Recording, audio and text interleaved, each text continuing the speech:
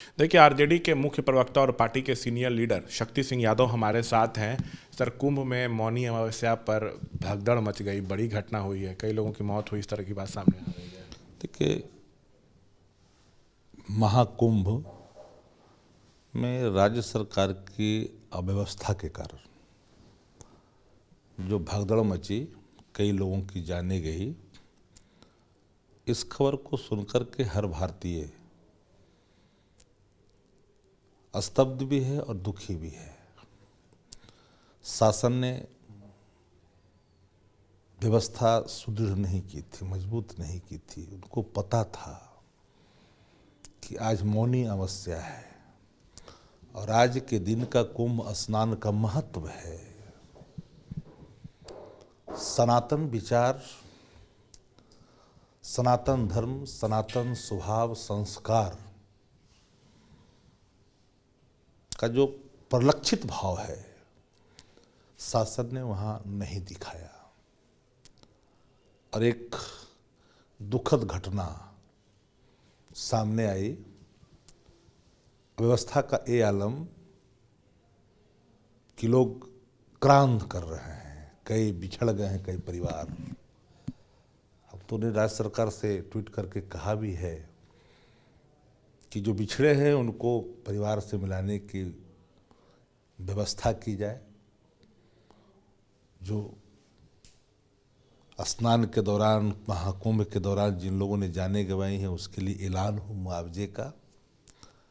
इस बार के महाकुंभ में मानो कि राज्य सरकार ने ऐसी एक स्वांग रची कि भाजपा के ही शासनकाल में महाकुंभ है। कदाचित ये भूल गए, 2013 में तो कुछ नहीं हुआ था घटना। कदाचित ये भूल गए कि 13 में कोई घटना नहीं, और इसके पहले जब देश आजाद नहीं था, अंग्रेजों ने कोई प्रशासनिक व्यवस्था नहीं की थी, बाबत भी देश भर के लोगों ने इस महाकुंभ में शाही स्नान का आनंद लिए थे। और एक बात जाननी चाहिए, ये श्रद्धा की डुबकी है, श्रद्धा का स्नान है। मुझे ये बताइए, आप प्रशासन को जिम्मेदार बता रहे हैं, यूपी सरकार को, कितने लोगों की मौत हुई, आप लोग को क्या खबर आ रही है? देखिए, अभी पूरी तथ्य शासन की तरफ से नहीं सामने आया है। प्रथम दृष्टया में सुबह में कई चैनल ने कई तरह की खबर चलाई है। किसी ने 10, किसी ने 20, किसी ने कई तरह के आंकड़े प्रस्तुत कर रहे हैं। अभी तक जो सूचना प्राप्त हो रही है कि मरने वालों की संख्या काफ़ी तादाद में हो सकता है, लेकिन सरकार को संजीदगी के साथ, क्योंकि जिम्मेदारी भारत सरकार की भी है और राज्य सरकार की भी है, और राज्य और भारत सरकार दोनों जगह पर भारतीय जनता पार्टी जो कहती है कि हम सनातन कर्तव्यों का निर्वहन करते हैं, पर यहाँ जो महाकुंभ में जो राज्य सरकार की अव्यवस्था के कारण एक नंबर क्या लग रहा है आपको, कहाँ तक पहुँच गया हो? ये नंबर अब आकलन करना ठीक नहीं है। मैं तो प्रार्थना करता हूँ महादेव से कि इसकी संख्या बहुत कम हो। उधर सर, नीतीश कुमार हमेशा परिवारवाद का मुद्दा उठा लालू जी को घेरते हैं कि यहाँ पर सिर्फ अपने बच्चों को आगे बढ़ाने का काम किए। अब नीतीश की पार्टी से ही जदयू कोटे के मंत्री कह रहे हैं कि निशांत कुमार को राजनीति में आना चाहिए, सक्रिय राजनीति में आना चाहिए, पार्टी मजबूत होगी, वो बहुत योग्य है।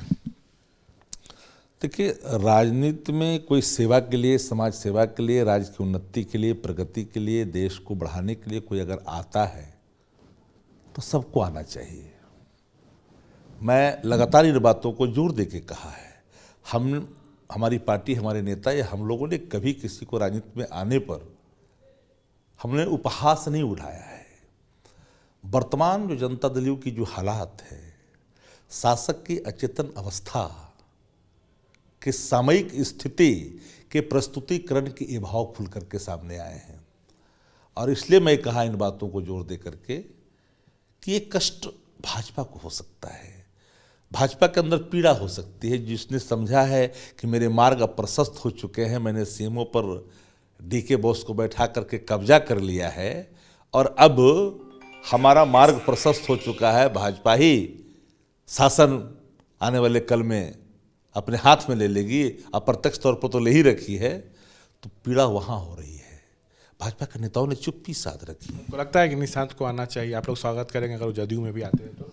हमने तो एक लाइन में कहा कि स्वागत का और विरोध का सवाल नहीं है, हर कोई को राजनीति में अगर अभिरुचि है सेवा का।